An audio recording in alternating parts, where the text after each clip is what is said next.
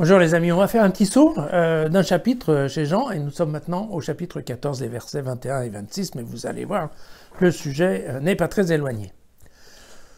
Celui qui a mes commandements et qui les observe, celui-là m'aime. Or celui qui m'aime sera aimé de mon Père, et à mon tour, moi je l'aimerai, je me manifesterai à lui.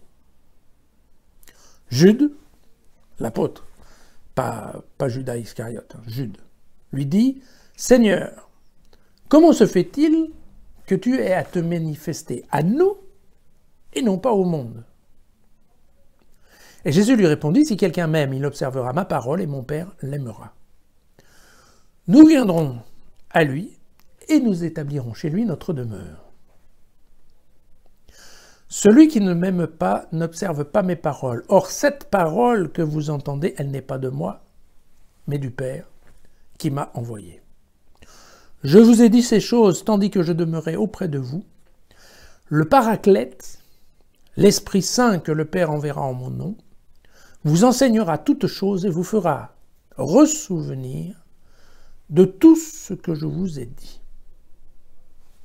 Voilà, notre ami Saint Jean. Alors, tout d'abord, voyez bien qu'il y a deux parties aussi, et la première partie, elle correspond à une question qui est vraiment la question juive, qui est de se demander où Dieu habite-t-il. Vous vous souvenez que jusqu'à l'année 70, tant qu'ils ont pu se maintenir dans un certain nombre de constructions à Jérusalem, la demeure de Dieu, c'était le temple.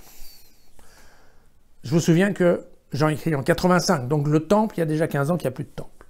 Et donc à ce moment-là, les Juifs ont dit, ok, donc Dieu n'habitera plus dans le temple, puisqu'il n'y a plus de temple, mais maintenant Dieu habite dans la Torah, dans les textes. Donc en fait, il va habiter dans les synagogues, qu'il va y avoir un peu partout, pas qu'à Jérusalem.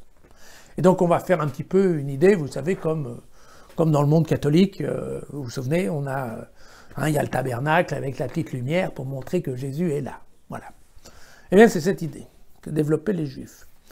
Et là, qu'est-ce qui se passe ? Jean insiste, il dit non, c'est pas ça, c'est pas ça. Dieu va demeurer au milieu de vous. Ah. D'ailleurs, pas dans les textes, il va demeurer chez vous. Qu'est-ce qu'il fait d'ailleurs pour ça ? Faut pas se leurrer, une fois de plus, il va chercher dans les textes. Donc j'ai été vérifié, mais effectivement, il y a le livre d'Ézéchiel au chapitre 37 où il dit « Je conclurai avec eux une alliance de paix, je mettrai mon sanctuaire au milieu de vous. » Et puis on a ça ici dans le prophète Zacharie, dans le livre de Zacharie, chapitre 2, vous voyez, « Cri de joie, réjouis-toi, fille de Sion, car me voici, je vais demeurer au milieu de toi. » Et donc vous voyez que c'est pas une notion complètement inventée, ni par Jean, ni par Jésus. C'est quelque chose qui existait déjà. Et c'est cette question de dire, non, Dieu va habiter au milieu du peuple, donc au milieu de toi.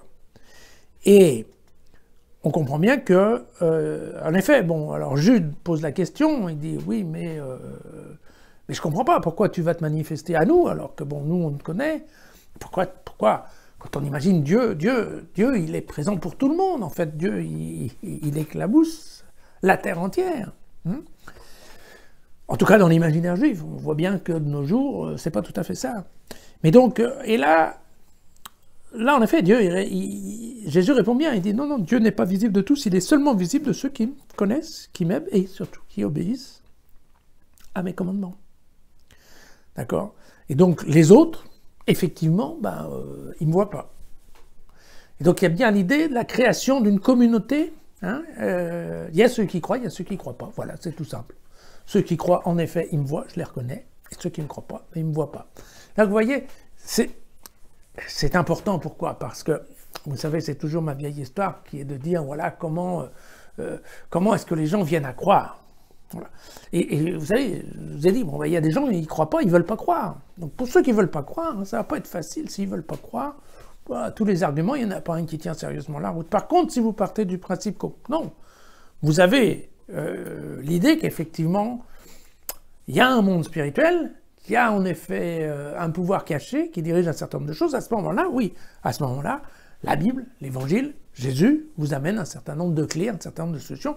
Et là, tout d'un coup, vous voyez ce que vous n'étiez pas capable de voir. Voilà. Mais il n'y a pas plus aveugle que celui qui ne veut pas voir. Et donc c'est bien ça ce que nous dit Jésus. Et il nous dit non, non.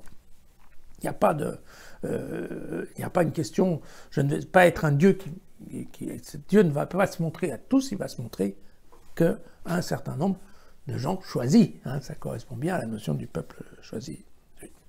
La deuxième partie est très importante dans l'évangile de Jean. Pourquoi? Parce que c'est ce mot un peu bizarre, il nous parle de paraclet. Alors, paraclet, la traduction exacte, c'est l'avocat. Voilà. Mais pour pas qu'il y ait d'ambiguïté et de jeu de mots, je vous dis tout de suite, c'est pas une question de parapet qui nous empêche de tomber, ni une question de paratonnerre qui va nous protéger de la foudre du Seigneur, c'est pas ça du tout. Paraclète, c'est vraiment un mot qui n'a rien à voir, qui est le protecteur, l'avocat, celui qui va en effet vous défendre. Voilà, qui va vous défendre auprès, évidemment, auprès de Dieu. Voilà. Quelle est l'idée qui est dans la réflexion? L'idée, elle est bien simple, hein, elle est clairement énoncée ici.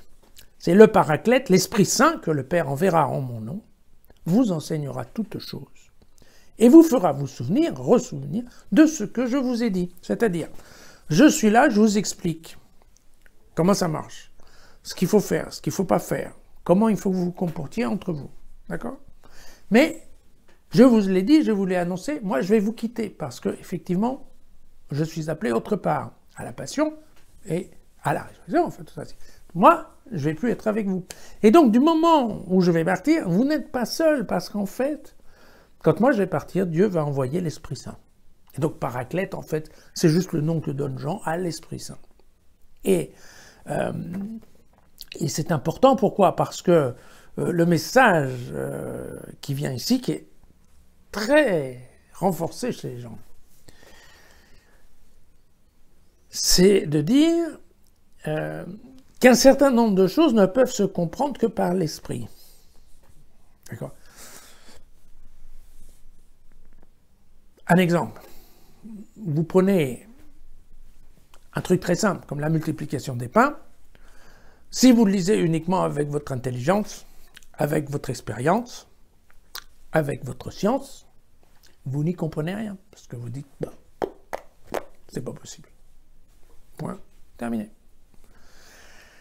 Si vous le prenez avec l'Esprit Saint va commencer à vous dire, non mais attends, qu'est-ce qu'on veut te montrer avec la multiplication des pains?